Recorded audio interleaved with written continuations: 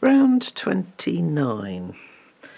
Okay, we're going to join with a standing double crochet in the next to last stitch. So there's the last one, that's next to last there, standing double crochet. Okay, we're then going to chain one and double crochet in the same stitch, and that is a V-stitch. Okay, double crochet, chain one, double crochet, all in the same stitch. Skip the next stitch, and then in the chain two corner space we're going to make a V-stitch. So that's double, chain one and double. We're then going to chain one for the corner space and make another V-stitch of double, chain one and double. And move a corner marker up into the chain one corner space. Okay. We're then going to skip the next two stitches and make a V-stitch in the next stitch. And we're going to do that 27 times, okay? So skip the next two, V-stitch in the next stitch. And your 27th V-stitch will fall here. You'll have one stitch left, skip that stitch, okay? Now, some of you might say, well, why did we skip a stitch in the last round? Because if we'd have made that stitch, we'd have had two here. The thing is, when you're working in a square, everything twists slightly. So it's little adjustments like this in the design that keep everything square. So that is the reason.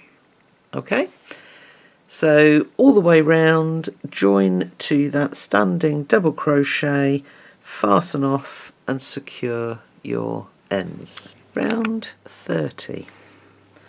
Okay, we're going to join with a standing single crochet in the last V-stitch of any side. Okay, so obviously that's the one before the chain one corner space. Okay, in the chain one corner space we are going to make 7 double crochet. Okay, so in the chain one corner space, 7 double crochet and mark the 4th double crochet. Okay, then we've got nice simple repeat working across, single crochet in the next V-stitch and 5 double crochet in the next V-stitch. Okay, so the corner shell is 7 double crochet and mark the 4th one. And the shells that you're going to make across the sides are 5 double crochet. Okay, single crochet in the next V-stitch. So it's a nice simple repeat, 7 in the corner, single, 5 in the next V-stitch, single, etc. all the way round, and you will end each side with a single crochet in the last V-stitch. Okay, so you'll have a total of 15 single crochet per side and 14 shells of 5 double crochet and your 1 corner shell of 7 double crochet. All the way round, join to the standing single crochet, fasten off and secure your ends. Round 31. Okay, we're going to join with a standing back loop single in the marked stitch of any corner shell. Okay, if you're reading the PDF, the pattern, then you'll also know there's 2 hints there. Right, so we've got 1, 2, 3, 4. When you make a back loop stitch, put your hook down from the top and just push down and then push back, and you'll automatically pick up. Let me zoom that in a bit so you can see more clearly. There we go, you automatically pick up the back loop and the third loop.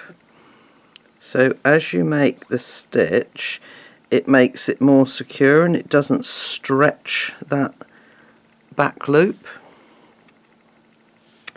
Okay, we're then going to chain 2 and make another back loop single. So just straight down through the middle, through that like V of the top loops, down and push through so that you're in the back loop and the third loop. Okay, let's just go out a little bit. That's it. And we're going to mark that chain 2 corner space. Okay. Chain 3. 1, 2 and 3. And remember, keep your chains the same size as the top loops of your normal stitches. Okay, and that will help to keep your work flatter. Now, the other hint that we've got is to make the puff stitch into the V. So rather than going under the top 2 loops, you go through the V of the stitch, and it keeps everything much neater and much more stable. Okay, so puff stitch, we're going to yarn over, push into the V, okay, and you've got 1 bit either side of your hook. You're then going to pull up and lift to the height of a double crochet. Okay, so again, if you're someone that hangs onto your working yarn very tightly, just relax, okay, because it will make it much easier to form the puff stitches. Okay, so that's once, yarn over, in and pull up, 2, 3 and 4 times. Okay, yarn over, pinch, turn so that your hook is pointing downwards, and pull through all of those loops, and then chain 1 to close your puff stitch. Then going to chain 2 and back loop single crochet in the 3rd stitch of the next shell, and chain 2. Okay, so let's just show you that puff stitch again. So yarn over into the V of the single crochet, lift to the height of a double crochet, 1, 2, 3 and 4 times, yarn over, pinch, pull through all of those loops, chain 1 to close, chain 2 for the pattern, back loop single through the 3rd double crochet of the next shell, chain 2. Okay, so as you can see, by going through the V of the single crochet, it keeps everything much tighter. If you go through the top loops as you make the puff stitch, it will tend to stretch everything up. So it just looks a bit neater this way. Okay, so all the way round, your corners are in your mark stitch, back loop single, chain 2, back loop single, chain 3, puff stitch into the V of the single crochet, chain 2, back loop single in the 3rd double crochet of the shell, chain 2. etc. all the way round. So you're going to end with a puff stitch in this last single crochet, and you'll then chain 3 before you make your next corner. Okay, so across the sides it's all chain 2s apart from before and after the corner where you're going to make a chain 3. Okay, so once you're all the way round, join to that standing back loop single, fasten off and secure your ends. Round 32, and we're going to join with a standing single crochet in the last stitch of any side. So obviously that's the single made into the corner there. In the chain 2 corner space, single crochet, chain 2 and single crochet, and then move your marker up into your new corner space. Okay, single crochet in the next stitch, and then 3 single crochet in the chain 3 space.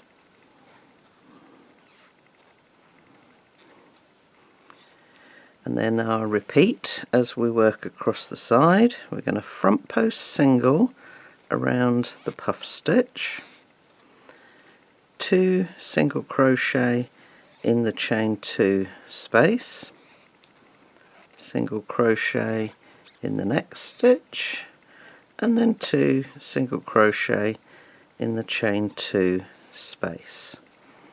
Okay, and you're going to repeat that 14 times. Okay, and then I'll come back to you as we get to the end of the side. Okay, so our 14th repeat ends here.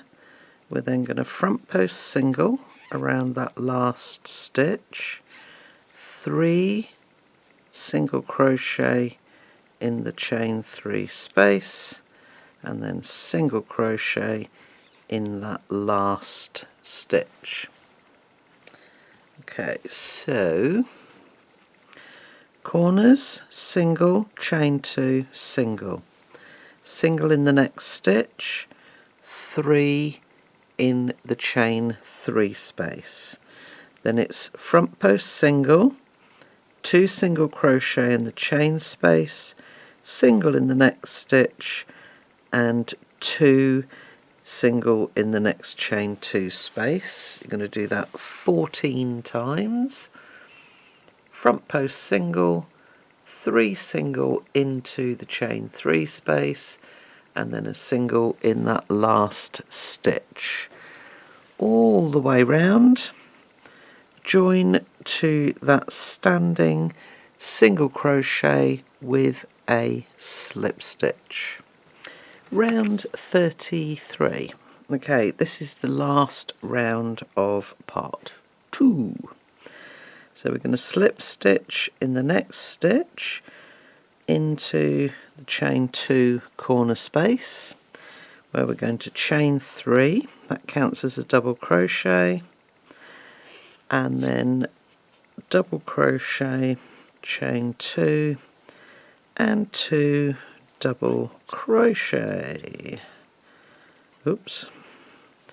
Okay, so we've got normal corners, 2 double crochet, chain 2 and 2 double crochet.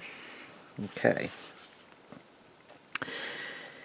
and then you are simply going to double crochet in the next 95 stitches, making sure that you do not skip that first stitch after the corner.